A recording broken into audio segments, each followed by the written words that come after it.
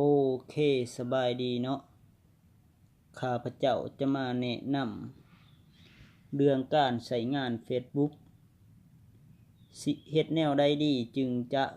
บ่ให้เพื่อนๆรู้ว่าเฮากำลังออนไลน์ใช้งาน Facebook อยู่ในขณะนี้เนาะมีหลายๆคน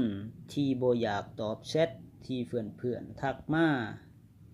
เพราะย้านเสียเวลาเบิ่งข้อมูลอันอื่นเนาะ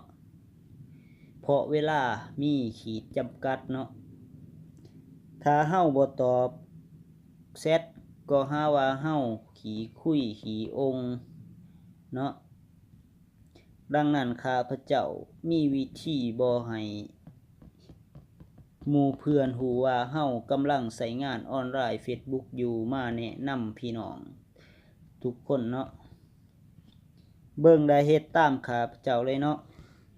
อันดับทำอิฐเฮาก็กดเข้าไปที่ Facebook เลยเนาะกดเข้าไปที่ Facebook เลยกดเข้าไปแล้วก็กดฝั่งขวามืออันข้างเทิงเนาะอยู่เทิงขวามือยิ้มสุดเนาะปึ๊บกดแล้วก็เลื่อนลงมาแล้วก็กดบอนการตั้งค่าและความเป็นส่วนตัวเนาะกดเข้าไปเลยกดเข้ามาแล้วก็กดบอนการตั้งค่าเนาะกดเข้าไปเลย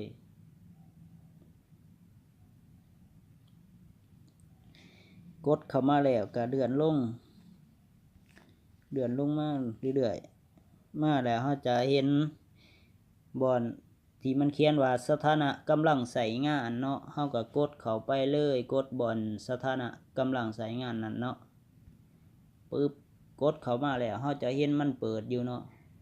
แสดงเมื่อคุณกำลังใช้งานเปิดอยู่บัดนี้เราก็กดปิดเนาะกดปิดเลยปึ๊บกดปิดเท่านี้ก็เสร็จเรียบร้อยแล้วเนาะเพื่อนๆก็บ่ฮู้ว่าเฮากำลังใช้งานอยู่เนาะ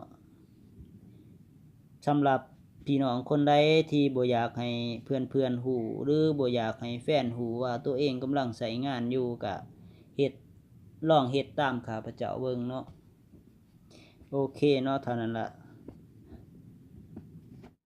กดเบิ่งวิดีโอแล้วโปรดอย่าลืมกดติดตามกดไลค์กดแชร์แน่เด้อพี่น้องเพื่อช่วยให้เฮามีกำลังใจเฮ็ดคลิปวิดีโอใหม่ๆต่อไปขอขอบใจหลายๆเด้อ